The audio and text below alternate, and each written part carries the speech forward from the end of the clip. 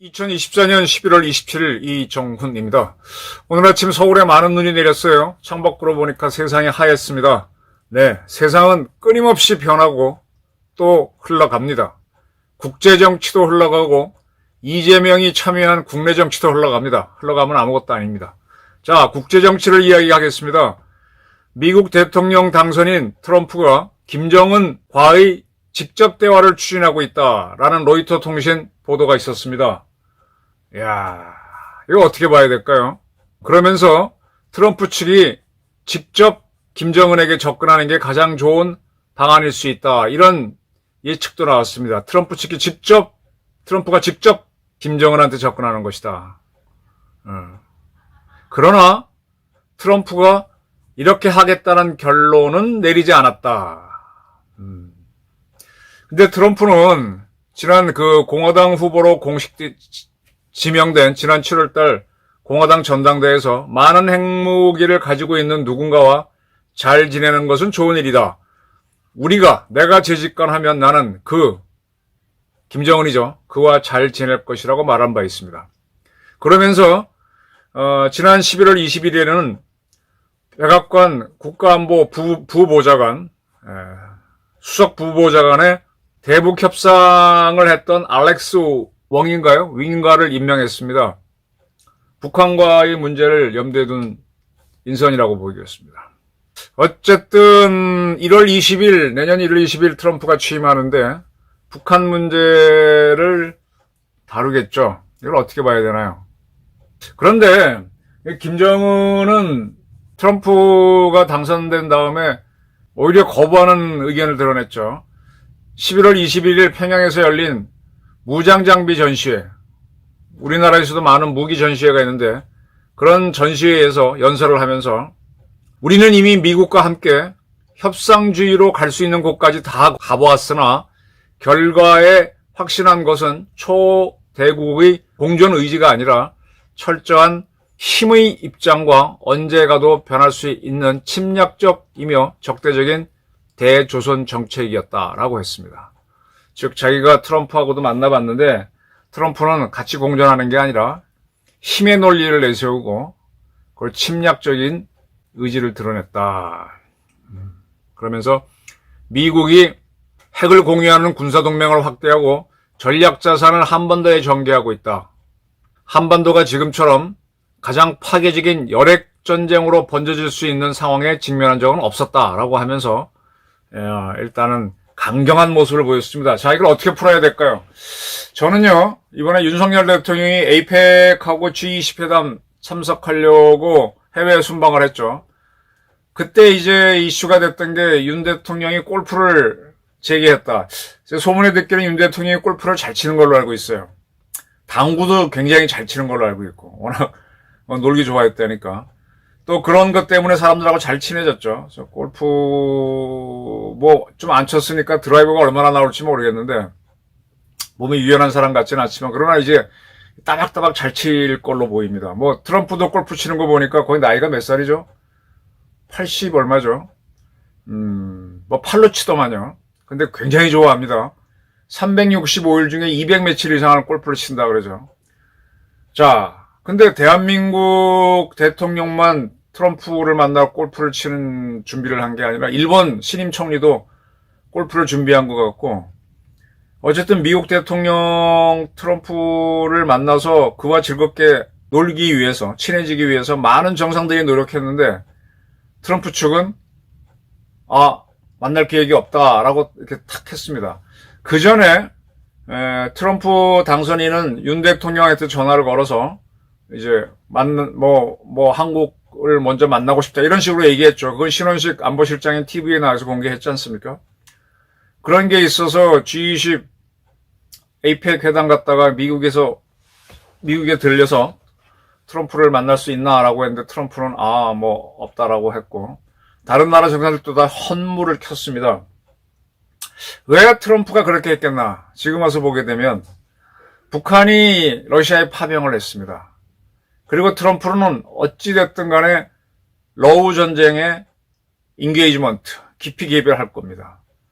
그렇게 러시아 우크라이나 전쟁을 다룰 때 지금 미국 다음으로 필요한 무기를 공급할 수 있는 가장 큰 나라는 대한민국입니다. 지금 영국이 스톰 섀도우를 줬다고 하는데 스톰 섀도우 그거 큰 대단한 미사일 아니에요. 미국에는 슬램 ER이라고 하는 비슷한 미사일이 있고 독일에는 타우루스가 있고 미국에는 또 재즘이라고 하는 더 좋은 미사일이 있고 그 다음에 이스라엘이 지난 10월 26일 날 이란을 공격해서 S-300 포대도 3개 박살내버리고 자기네가 원하는 표적을 다 때리고 나왔죠.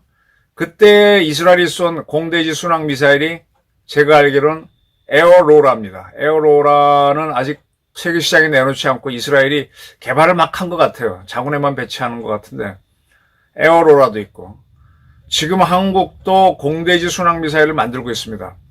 우리가 조만간 KF-21 전투기를 현재 개발해서 시험 비행을 하고 있죠. 시험 비행이 몇 년 후면 끝나면 양산이 되는데 거기에 탑재할 공대지 순항 미사일을 만들고 있거든요.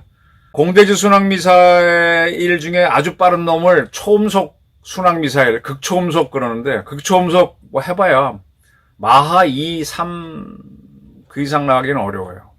비행기가 빨리 가야 마하 2, 3이죠. 탄도미사일은 마하 10 이렇게 갑니다. 그러니까 영국의 스톰 섀도우는 구닥다리고 독일의 타우스도 좀 낮긴 하지만 그것도 그렇고 미국의 슬래미알도 구닥다리고 재즘이 최고이지만 그것도 뭐 그렇고 이스라엘의 에어로라도 이번에 나와서 성능은 보였지만 대단한 무기는 아니다라는 겁니다. 근데 이 스톰 섀도우가 들어가고 난 다음에 지금 러시아가 이제 발끈해서 오레시니크를 쐈어요. IRBM을 탄두를 없이 빈 탄두로 다탄두를 쏜 거죠. 6발 들어있는 걸. 이제 그 스톰 섀도우는 공대지 순항 미사일이기 때문에 속도에 한계가 있고 그리고 그거는 어느 정도는 S-300으로 막아낼 겁니다. 근데 탄도미사일은 좀 달라요. 탄도미사일은 훨씬 빠릅니다. 극초음속 순항미사일보다 빠릅니다. 근데 그 탄도미사일 단거리를 생산하는 나라는 미국의 에이타크ම්스를 제외하면 대한민국의 현무밖에 없습니다. 서방 국가에서. 영국도 없고 프랑스도 없고 독일도 없고 일본도 없고 저는 그렇게 알고 있어요. 이스라엘 잘 모르겠네. 그리고 우리는 KTSSM이라고 천무에서 쏘는 이게 사실은 에이타킴스와 비슷한 미사일인데 그런 단거리 미사일도 있고 그러니까 미국이 지금 에이타킴스를 제공해서 러시아를 때리게 했는데 그게 물량이 부족하게 되면 한국밖에 공급처가 없어요.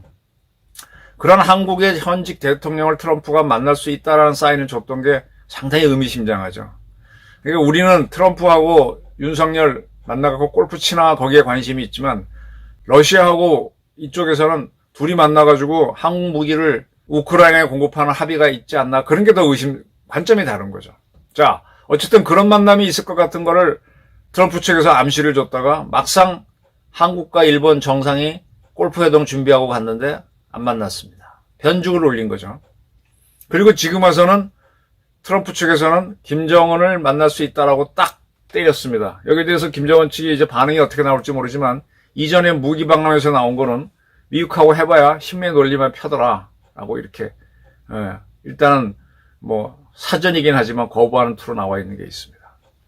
부저 출신이란 말을 사자성어인데 36개에 나오는 겁니다. 36개. 부자, 부산할 때 부자입니다. 이게 가마솥이란 뜻이에요. 저자는 밑에죠. 가마솥 밑에 뭐를 뽑아내다 할 추출하다 할 때 뽑아낸다. 신, 이거는 뗄나무 신자입니다. 뗄감을 뽑아낸다. 즉 가마솥이 펄펄 끈을 내면은 그 밑에 장작이 들어가 타고 있어야 되는데 그 장작을 뽑아내는 겁니다.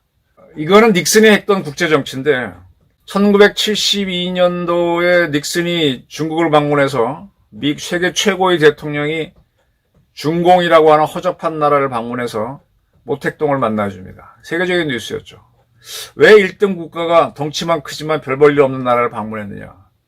공산권이 그때 이제 소련하고 중국이 대표적인 나라고 그 다음에 여러 나라가 있었는데 공산권을 소련하고 중국이 영토 다툼을 하는 걸 알았죠. 다툼이 있다는 걸 알고 더 이간질시키기 위해서 중국에 접근한 겁니다. 근데 공산권을 이끄는 게 소련인데 그 소련한테 대항하는 게 중국이죠. 중국에 접근해서 소련을 더 고립시키는 거죠. 닉슨의 그때 그 전략은 참 담대했고 결론적으로 성공이었어요. 그로부터 20년이 채 지나지 않아서 소련이 무너졌으니까. 자, 지금 러시아가 우크라이나를 침공했습니다. 이러한 러시아를 가장 세게 도와주는 나라가 누구냐? 이북의 김정은입니다.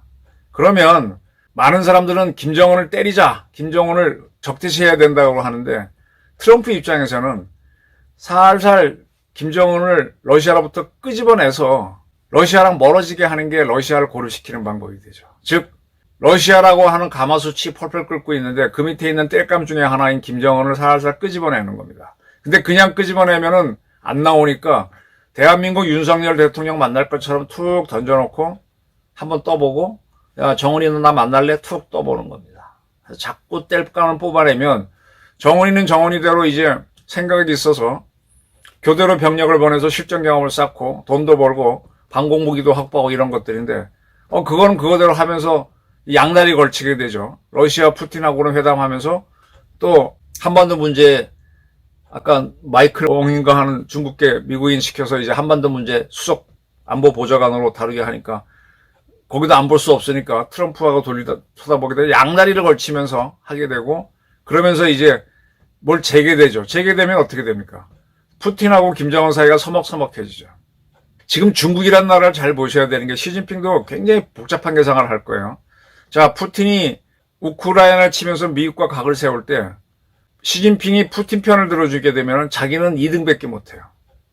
그리고 받아내는 게 있으면 좋은데 그러면 이제 미국으로부터 강한 압력을 받게 되니까 어정쩡하게 있으면서 러시아가 아쉬워하는 건 주면서 아주 싸게 기름을 공급받아서 지금 중국이 죽을 지경이잖아요. 근데 러시아가 기름을 싸게 주니까 그건 받고 그렇다고 너무 주게 되면 미국한테 얻어 터지니까 눈치를 보면서 그래서 자기네 이익을 극대화하려고 하는데 그 정도라도 김정은이가 푸틴부터로 멀어지면 미국은 기회를 잡게 되는 거죠. 트럼프는 그런 계산을 했을 테니까 중국에 대해서 너 더 이상 러시아랑 지원하지 마. 그다음에 김정은에 대해서는 살살 꼬셔서 푸틴하고 조금 이간질시키고 그걸 하기 위해서 대한민국에 있는 윤석열이랑 카드를 이용하고 일본의 이시다 총리를 이용하는 거예요. 국제정치입니다. 쉽게 말하면 부저 추신 36개를 쓰고 있는 겁니다. 계속 러시아 동력이 떨어지게 하는 거죠. 지금 러시아는 힘이 딸리니까 이제 테러 전쟁을 시작했습니다. 보도를 보니까 미국, 영국에 있는 미 공군기지에 드론이 떴다. 이제 여러 공작원들이 유럽에 나와서 러시아 공작원들이 나와서 독일에서 리투아니아로 가는 DHL 항공기를 폭발하는 공작도 하고 뭐다가 자꾸 흔드는 거죠. 하이브리드 상대로 만드는 건데 그만큼 힘이 딸리다는 얘기죠. 그러니까 이제 미국은 전체를 관리하면서 서서히 푸틴을 말려 죽이려면 푸틴과 한편이 되는 사람을 자꾸 살살 100% 힘쓰던 놈을 98%만 힘쓰게 해도 좋잖아요. 그다음에 95, 94 자꾸 줄여나가면 그런 겁니다. 그런 걸 하기 위해서 윤석열이랑 카드도 쓸 거고 일본 총리도 쓸 거고 또 그러면서 중국이 또 크지 못하도록 계속 이건 미국의 입장은 뭐냐면 이제 2등 국가가 쫙 따라와서 1등 국가에 도전하게 되면 도전할 때 좀 힘이 비슷해지면 둘이 싸운단 말이에요.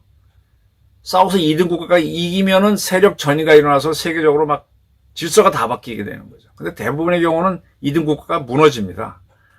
2차 대전도 2등 국가인 독일, 일본이 덤볐다가 영국, 미국한테 깨지는 거거든.